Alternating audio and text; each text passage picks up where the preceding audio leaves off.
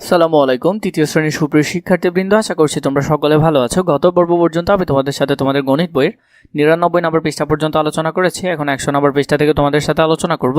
ধারাবাহিকভাবে আলোচনা করছি যাতে তোমরা এগুলো সহজে খুঁজে পাও এবং করে ফেলতে পারো। চলো, এখানে আমাদেরকে বলেছে ভগ্নাংশের যোগ। ভগ্নাংশের যোগ কিভাবে করে তা আমরা শিখব। প্রথমে আমাদেরকে বলেছে রিয়া একটি পাউরুটির 5 ভাগের 3 অংশ পেল। তার ভাই রাফি পাউরুটির 5 ভাগের 1 অংশ পেল। তারা দুজনেই একই পাউরুটির কত অংশ পেল? তাহলে আমরা যদি এটা করি তাহলে এখানে দেখো, সে পেল কত? 5 ভাগের 3 অংশ। তার ভাই পেল আরও 1 অংশ। তাহলে মোট কত? 5 ভাগের 4 অংশ ওরা পেল।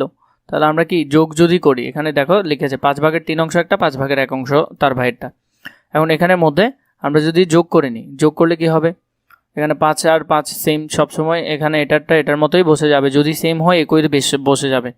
তারপর দেখো এখানে আছে 3, এখানে আছে 4। তাহলে সেম হলে 5কে 5 দিয়ে নিচেরটা দিয়ে সবসময় কী করতে হবে? ভাগ করতে হবে। 5কে 5 দিয়ে ভাগ করলে 1, আর যেটা বের হবে সেটাকে উপরটার সাথে গুণ করতে হবে। তাহলে 3 একে 3, তাহলে 3 এদিকে যোগ 1, তাহলে 4, তাহলে সমান সমান কত? 5 ভাগের 4। আপাতত সহজভাবে শিখে রাখো, ধারাবাহিকভাবে আমরা শিখব কিভাবে করতে হয়। জাহিদের গণিতের বাড়ির কাজ শেষ করতে সময় লাগে 5 ভাগের 2 ঘন্টা এবং ইংরেজি বাড়ির কাজ শেষ করতে সময় লাগে 5 ভাগের 3 ঘন্টা। এই দুই বিষয়ের বাড়ির কাজ করতে তার কত ঘন্টা সময় লাগে? হিসাবটি সহজ। আমরা পূর্বের মতোই 2টি ও 3টি হিসাব করব। উপর নিচেটা সেম থাকলে সেম বসাই দিব, আর উপরটা কি করে ফেলবো? যোগ চিহ্ন আছে তাই যোগ করব। 3 আর 2 কত? 5। তাহলে 5 আর 5 যদি কাটি তাহলে উপরেও 5 নিচে হবে। আমরা ভাগ করলে কত পাই? 1 পাই। এটা আমি তোমাদেরকে পূর্বের ভিডিওগুলোতে বলেছি।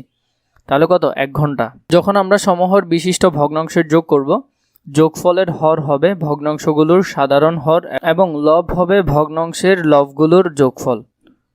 তাহলে এখানের মধ্যে আমরা এরপরে যদি করি, যোগ করি, তাহলে এটা সেম থাকলে উপরেরটা কি করে দিব? শুধু যোগ করে দিব। 3 আর 2 কত? 5। তাহলে এটা যদি করি তাহলে 7 ভাগের 5 হবে। নিচে 7 হবে, উপরে কত হবে? 5 হবে। এটাই তো। চলো আমরা এগুলো করে দেখি। এখানে আমাদেরকে বলেছে কিভাবে আমরা এগুলো সবগুলো সমাধান দেখবো এখন ধারাবাহিকভাবে।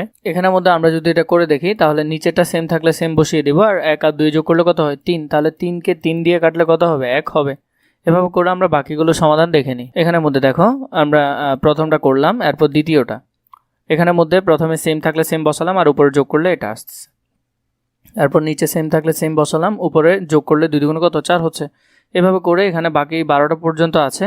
শেষেরটা যদি দেখো 9 সেম, তাহলে 4 আর 3 যোগ করলে কত হয়? 7 হয়। এভাবে করে তোমরা ধারাবাহিকভাবে সবগুলো অঙ্ক করে ফেলতে পারবে। 3 নাম্বার দেখো, একটি বাঁশের 7 ভাগের 1 অংশ লাল, 7 ভাগের 3 অংশ সবুজ রং করেছি। মোট কত অংশ রং করেছি? এই রং যদি আমরা বের করি তাহলে যোগ করলে, এটা যোগ করলে 7 আর 7 সেম থাকবে। 3 আর 1 যোগ করলে কত? 4।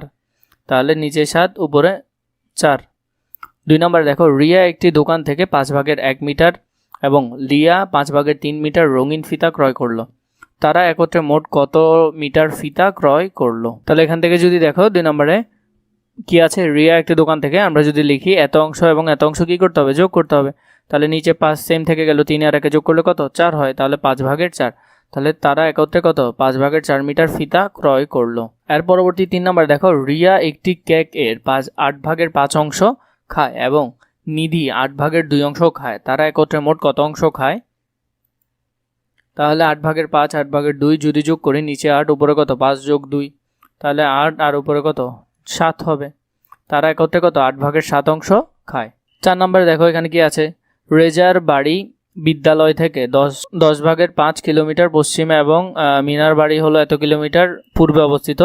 রেজার বাড়ি থেকে মিনার বাড়ির দূরত্ব কত? যদি যোগ করি আমরা উত্তর পেয়ে যাব। তাহলে তোমরা যোগ করলে নিচে 10 সেম থাকলো, 5 আর 3 যোগ করলে কত? 8। তাহলে বাড়ির দূরত্ব কত? 10 ভাগের 8 কিলোমিটার।